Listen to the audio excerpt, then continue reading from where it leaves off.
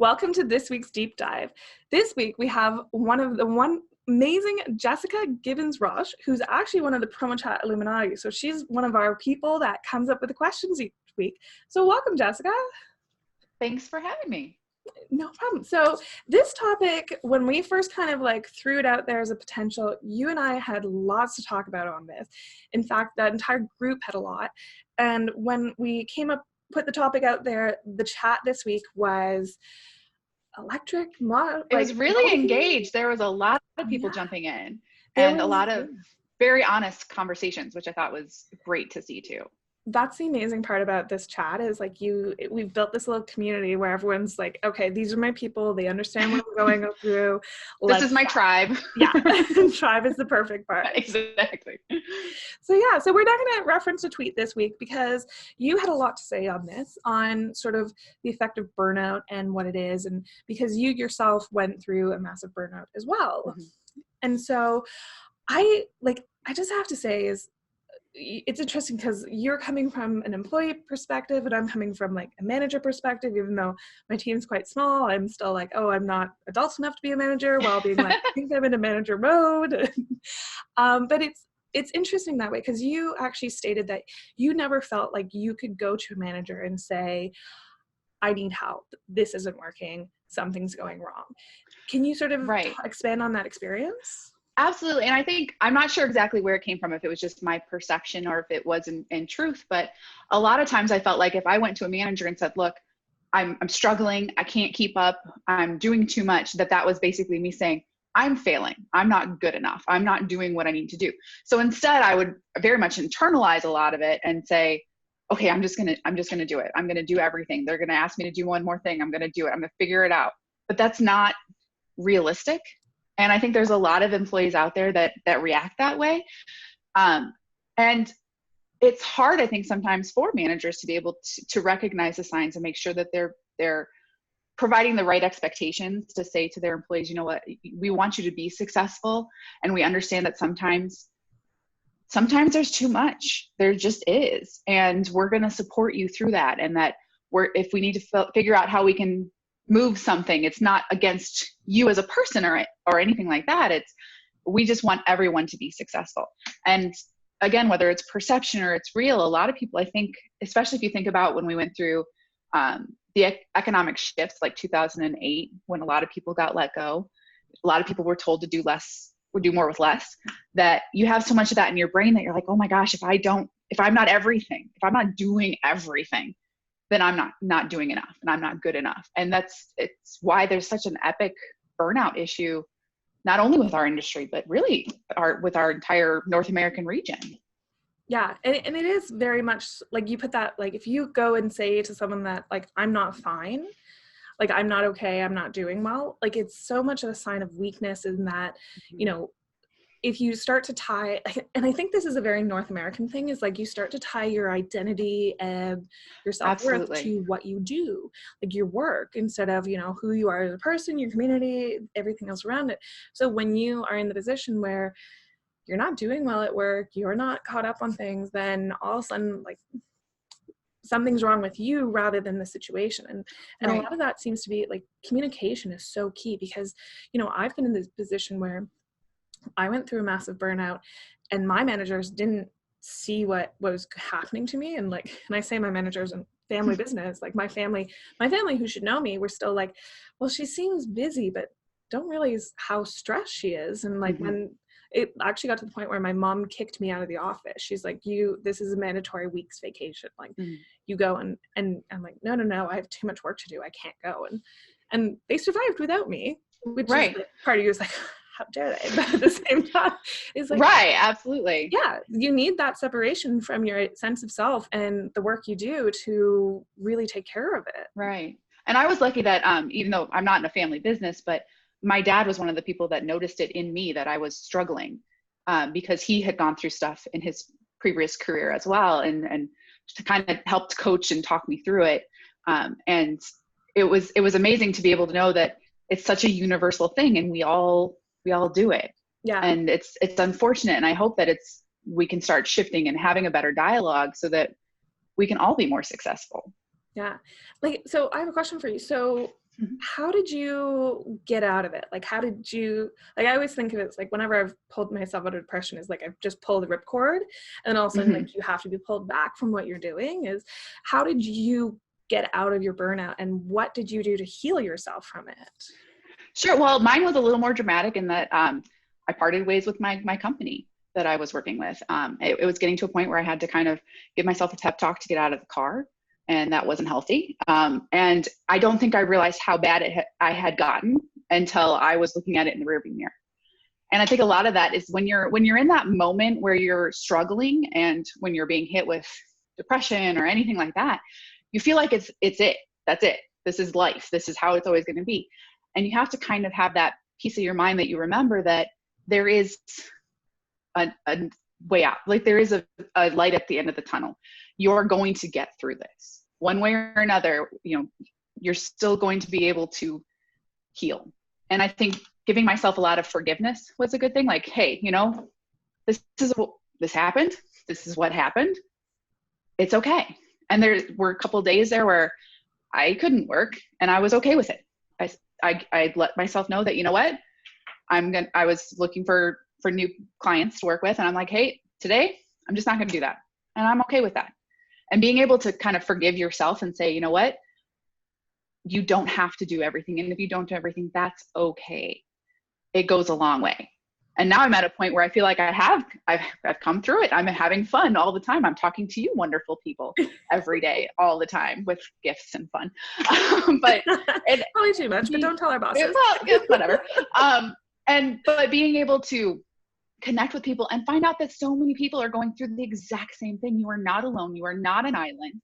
You just might not have found the right people to help you. And yeah. I mean, that's why it's so great to be able to connect on things like PromoChat when you have, that you have these people, this tribe that you can reach out to if you're struggling, and they're your people.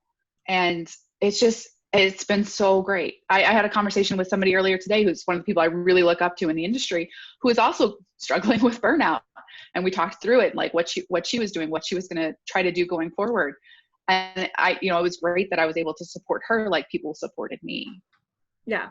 And that's the thing. I think a lot of people think they have to go up to talk to people about it, but like, you can even find support. I mean, if you're not finding support in your community or your family or, whatever your circumstances is, teammates are also good. Like Molly from Maple Ridge talked about how at Maple Ridge Farms, which sounds like the most amazing place to work. Oh my gosh, I would love that. Absolutely. And they sponsor us, but that's not why we say we love them, because we just love them. We just love them. And so she talked about how the team looks out for each other. Like when they see that someone's floundering or suffering or having trouble with something, that they all go in and start to lift them up. So they'll communicate like sort of cross-platform rather than just like, waiting for someone to go and say, I need help. Is that there's that proactive side that you can do to someone and say, do you need help? Or either like, and you get tied into, I can't ask for help. It's like, just go, I'm going to help you. This is what we're going to do together. Like, be that very proactive side of things of like, here's how I help you. Here's what we're going to do. And be that support even before someone may not know they need support. Like they may just be drowning in stress and work. Absolutely. And I felt like as a manager, that was definitely something that I tried to make sure I was doing, is making sure that people were getting out of the office. People were taking lunch breaks. They were leaving the room. They were taking downtime. They weren't putting in too much overtime. If they were putting in an overtime, how do we work through this? How do we either work more efficiently? How do we spread out your project load? What can we do to make this work? And especially when you have a smaller team, that's really helpful. But then you also do have to balance, you still have to get things done. Yeah. And you still have to figure it out. And also have a mentor, have a mentee, have a connection outside of your company of somebody who is going to talk to you, especially with the resources through Promo Kitchen, where you can get that kind of connection. Have someone that can be your go-to and say, hey, this is how I feel and this is what's going on. That's part of what that relationship is supposed to be, is to be that kind of support. Yeah. And great plug there is like Promo Kitchen has a mentorship program set up. So if you think you need, like, you're stuck and you're not happy where you are, or you're just like need someone to kind of get the outside perspective, sign up for the mentor program. You may not get vouched right away, but everyone is looking, there's so many people either waiting to be paired or who've been paired up that it's a great program to be part of. But I want to go back to your one point about sort of the effect on your team is, I think every manager, teammate, like everyone else should go, because our first question was, what are the signs of your burnout? And it was amazing how universal and how widespread those burnout issues were. Like, it was from everywhere from short temper to confusion to, low productivity. Like the low productivity, everyone was like, I'm not doing my job. So again, it kind of shows is like, yeah, you can keep dragging someone in, but that day off may have, they're out of the office for a day, but you get that break, you get that refresh, and you come back ready to go on each thing again. Right. I actually had an employee that she picked up smoking again. And I'm like, what are you doing? Like, I know that you're taking these smoke breaks, you're connecting with people that way and everything, but this is not healthy. So that's where we had to stop to have a conversation and be like, look, what is going on? This is not a healthy way to act. I know that you're feeling like you need time and you're not sure what to do. How do we create this into something healthy? But that was the first sign I saw with her, was taking smoke breaks. Those start coming up more often too, when you see, okay, well, you're clearly trying to walk away more. What's going on? Yeah. And I think that's one of the most important things too. Like you said, if it's a teammate or if it's somebody in your office or even, just somebody that you're friends with, if you think that they might not be okay, ask. Just say, what's going on? Like, let's go for coffee. Let's have a conversation, be there for them. Let them know that there's a safe space to have a conversation. I feel like any of the people that I've met through Promo Kitchen, I could call and say, hey, I'm not okay today. And they would listen. Yeah. And they might, think I'm crazy. They might also be like, I'm not okay today either. Right. And there are times when you have to be like, well, you're not right. You're just gonna have to be okay with that.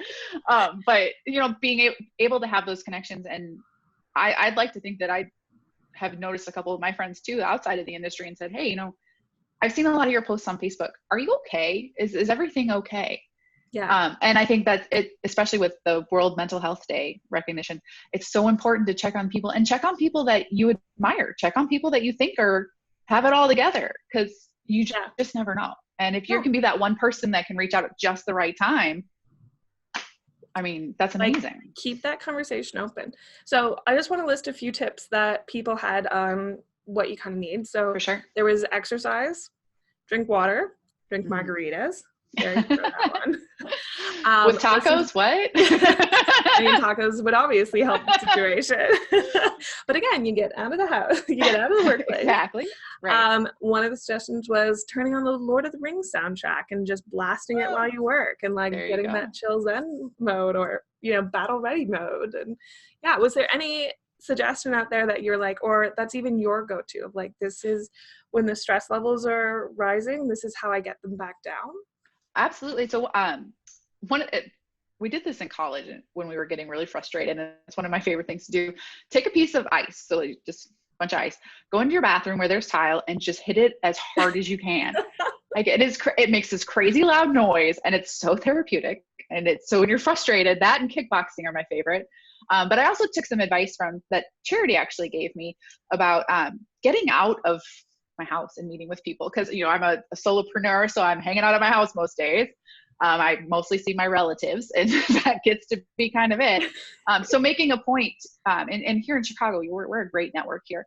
So I try to reach out to a supplier and say, hey, let's go have lunch, or even people that just associates that I know, or I have a friend who also works from her house and does something completely different than what we do. And we'll just co-work sometimes, like, hey, we're just gonna meet at the coffee shop. She's doing something not even related to what I'm doing. And we just sit there together and work, because you have to make sure you're getting that interaction. So just like you said on the list, get out, get out and get around people, get out now. have a hobby, have something that you want to do. You have to break up that routine. And I think that's kind of what leads into burnout too, is when you start if you love to work out and you're just not doing it, that's not healthy. If you love to go out on Thursdays and do margaritas with your friends and you're not going anymore, you have to make that time, because the world, I had a boss who used to tell me this, even if you're not here cranking the wheel, the world is still turning. It's still going. It's like, oh no, it's so true. Like, don't make your world small, and don't make the only thing in your world work, because that becomes all consuming and awful for you. Because if something's not going right in your world, your entire world's affected. So make your world big. Like, put friends, family, margaritas, everything in it. It's perfect. Well, awesome. Thank you so much for joining on Deep Dive and being part of this and getting this conversation going. I think it's so important for everyone. So tell us where we can find you on the internet. So I am at Trend on Brand, which is on Instagram. I'm on Facebook. I'm on Twitter. Being a digital marketing person, I am all over the interwebs. I am on, yes, you can find me. And I'd like to do a special shout out to Taylor, who had this subject on Promo Corner too, which is kind of why we had that conversation. And so it does show that we're all connected in this little promo world. Yeah, we're all watching out for each other. Well, amazing. Well, everyone, remember to join us every Wednesday, 3 p.m. Eastern, noon Pacific, follow the hashtag PromoChat. Okay, and thank you again to our sponsors from Maple Ridge Farms for not just having an amazing workplace, but amazing treats as well. So, which coming up to this crazy, well, being in crazy Q4 is those treats go a long way. Oh, yeah. No one doesn't love that stuff. Yeah, well, perfect. Well, thanks again. Take care. Thanks.